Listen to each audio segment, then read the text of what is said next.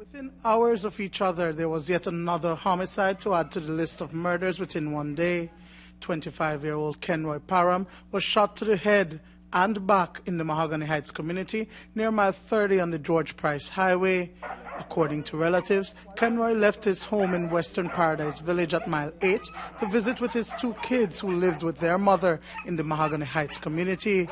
Little did they know it would be the last time they would have seen or heard from him. At around 9:30 minutes to 10, neighbors and families are saying that they heard several gunshots, but at that moment they didn't knew that it was Kenroy who was the target. However, at around 6 o'clock in the morning, my aunt was walking towards the bus, and when she was the one who discovered him lying beside the street, and they said that they heard the shots, but they didn't look out because they didn't, realize that it was, yes. Kenroy's body was found on the side of the road just 2 lots away from his aunt's house, lying face down in the grass. But it was not until the following morning that his body was discovered. The body was removed from the scene by the police just before 11 a.m. on Saturday. They say in the back and behind his head.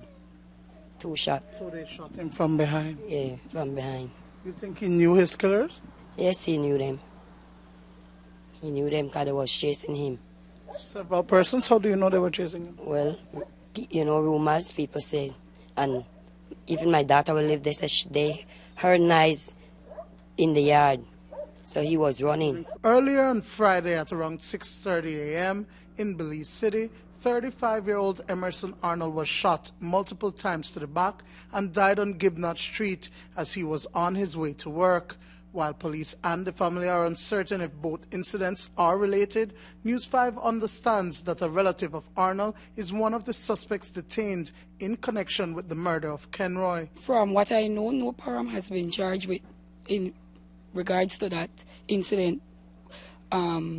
So I can't say that this is something related to that because they haven't had any one of us detained for that. It was a very terrible feeling. The family is distraught by the entire incident because we don't know what caused his death. But however, we knew that he was a Parham, and because of that, he had many enemies. He was not someone who would physically hurt anybody.